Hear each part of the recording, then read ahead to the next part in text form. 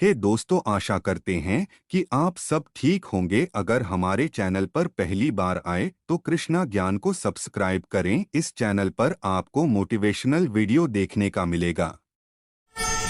एक बहुत बड़ा प्रश्न पूछने जा रहा हूं। इस संसार में सबसे अधिक सुखी कौन है?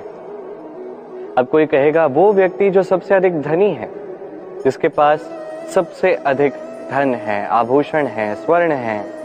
कोई कहेगा किसी राज्य का राजा, क्योंकि वो शासन कर पाता है, उसके आदेश के बिना कुछ भी नहीं होता, आदि इत्यादि। इसका उत्तर यदि मैं दूं तो मैं इतना ही कहूंगा कि संसार का सबसे सुखी व्यक्ति वो है जो संतुष्ट है।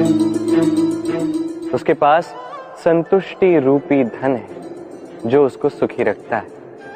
अब ये संतुष्टि ये कैसे आती है जीवन में? ये आती है धैर्य के कारण। धैर्य ये भाव अत्यंत शक्तिशाली है।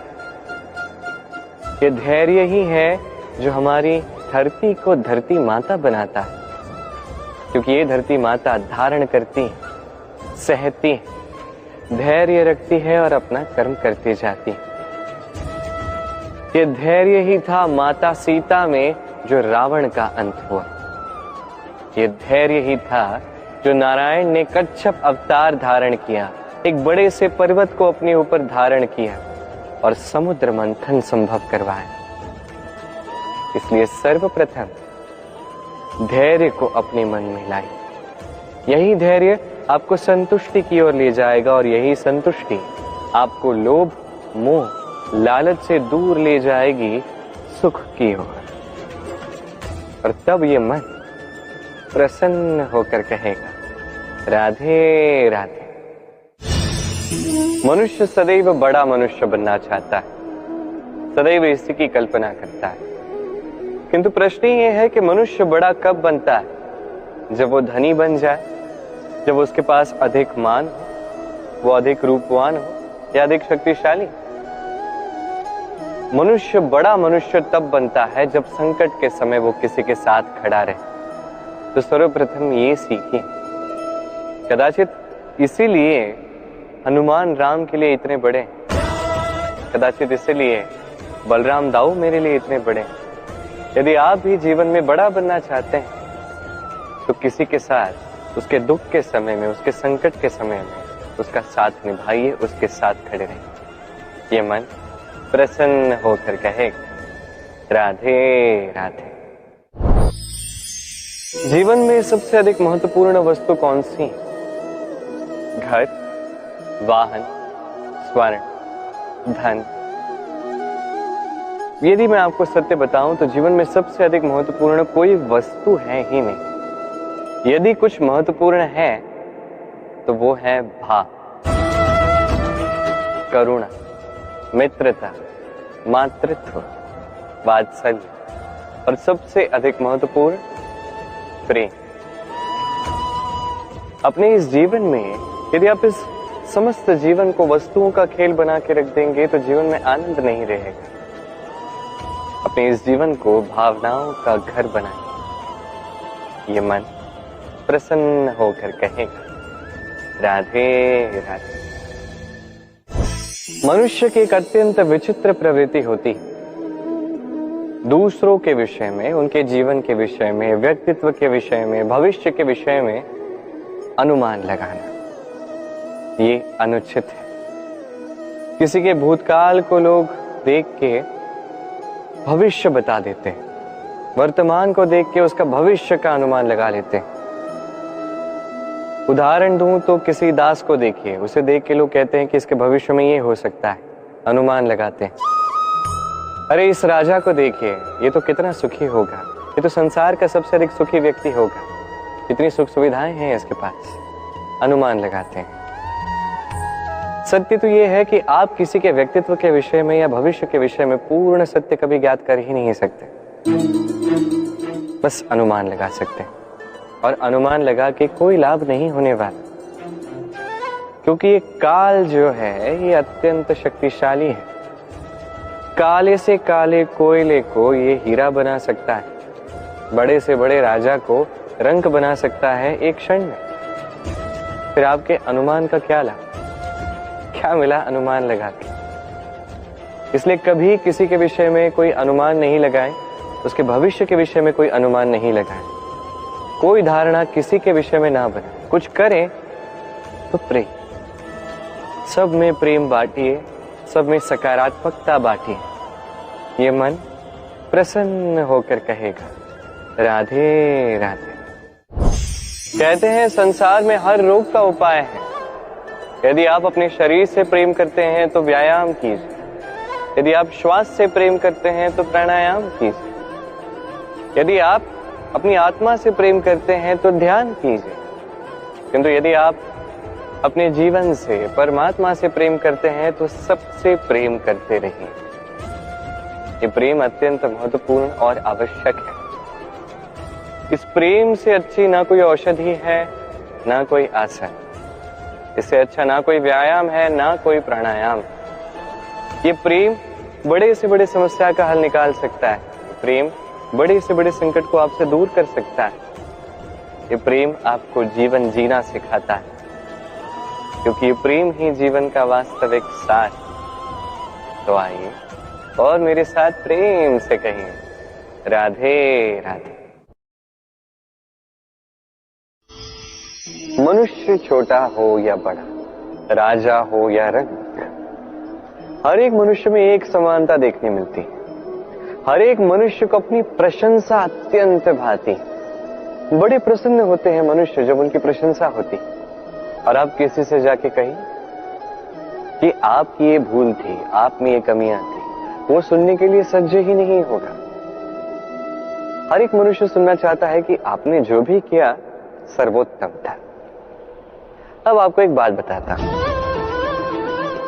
ये है निंदा, ये है प्रशंसा और ये है सत्य। इन सब से ऊपर तभी मनुष्य दर्पण देखता है। दर्पण मनुष्य को सुंदर नहीं दिखाता, उसे सत्य दिखाता है, जिससे मनुष्य और सुंदर बनने के लिए प्रेरित होता है। इसलिए दर्पण की आवश्यकता होती है सत्य जानने के लिए। जीवन में निंदक प्रशंसक से कहीं अधिक महत्वपूर्ण होता है। क्यों? क्योंकि वो आपको आपकी कमियां दिखाता है, आपकी भूल दिखाता है, एक अवसर देता है आपको स्वयं को सुधारने के लिए और श्रेष्ठ बनाने के लिए, कि प्रशंसक नहीं कर पाता। तो जीवन में जब भी निंदा होती तो उसका आकलन कीजिए, सकारात्मक रूप से उसे देखिए। यदि स्वयं को कुछ शिक्षा दे सकते हैं तो निश्चित रूप से दीजिए। मन प्रसन्न होकर कहेगा राधे राधे। कभी किसी पपीहे को देखें, कहा जाता है कि वर्ष भर में केवल एक बार अपनी प्यास बुझाता है, वो भी आकाश में मंडरा रहे मेघों द्वारा बरसाई गई वर्षा की बूंदों से, और कहीं से वो अपनी प्यास नहीं बुझाता। पूरे वर्ष भरी गर्मी सहता है, भरी सर्दी सहता है, बस एक आस में कि वर्ष में एक बार वो मेघ आएंगे, वर्षा करेंगे और मेरी प्यास को बुझा देंगे। क्या है? विश्वास है। विश्वास ही है कि वर्ष में एक बार वो मेघ आएंगे जो प्यास बुझाएंगे। अब देखिए, सूर्यमुखी का पुष्प रात भर अंधकार से लड़ता है, उसे विश्वास है प्रातःकाल में सूर्य उसे अवश्य दर्शन देंगे। ये विश्वास ही था जो एक छोटी सी नौका लेके मनु निकला और समस्त सृष्टि को प्रलय से बचा लिया। ये विश्वास ही था प्रेम पर, जो वानरों और भालुओं की सेना लेके श्री राम ने आक्रमण किया समस्त वरदानधारी असुरों की, राक्षसों की लंका पर, और विजय भी प्राप्त की। ये विश्वास ही विश्व की आस। विश्वास कीजिए कि आप सर्वश्रेष्ठ हैं और कर्म करते जाइए बस। इस विश्वास की आस ही आपको प्रतिबल प्रदान करेगी।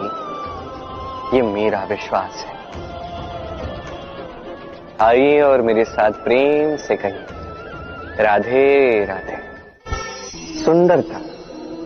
मनुष्य अपनी सुंदरता के विषय में कितना सोचता है, चाहता है कि वही सबसे अधिक रूपवान दिखे, सबसे अधिक सुंदर दिखे, किंतु सुंदरता की परिभाषा क्या है, क्या वो जानता है?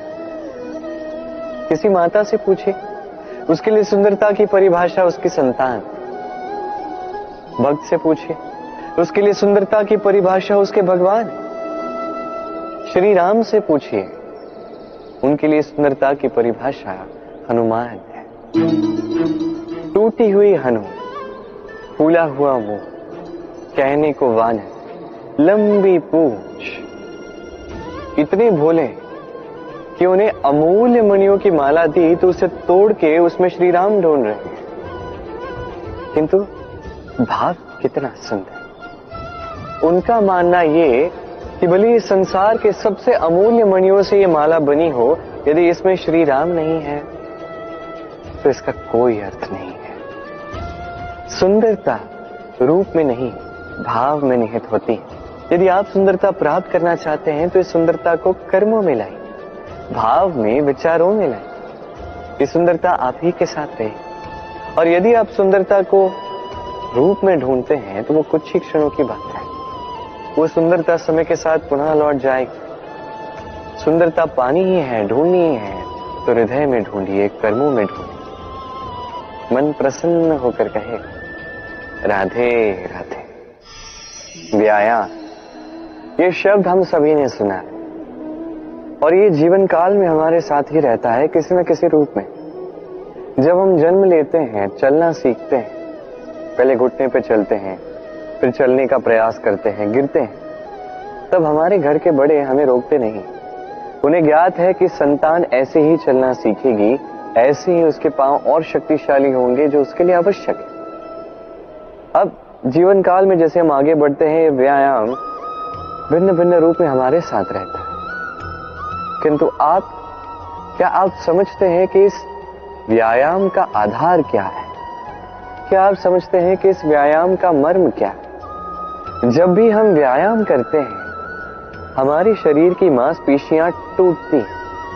पहले टूटती है, फिर पुनः उसका निर्माण होता है और श्रेष्ठ और शक्तिशाली मांसपेशियां हमें मिलती हैं। अर्थात व्यायाम सृजन का विज्ञान है। अब ये ज्ञान हमारे लिए आवश्यक भी है।